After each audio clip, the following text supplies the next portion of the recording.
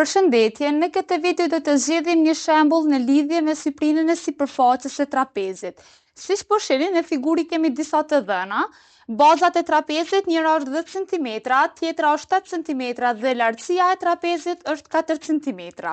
Duke shfrytzuar formulën, do të gjejmë siprinën e sipërfaqes së trapezit. Formula është e barabartë se barazi A plus B, që janë dy bazat e trapezit, herë lartësia thyer për D. Duke bërë zavendësimin e gjitha parametra në figurë do të shohim. Baza me A është 10 cm. Plus baza tjetër është 7 cm. Herë lartësinë e kemi 4 cm.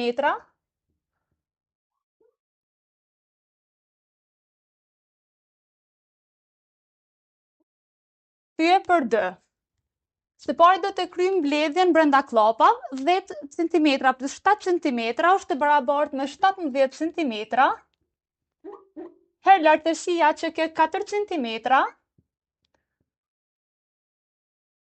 Thyer për D.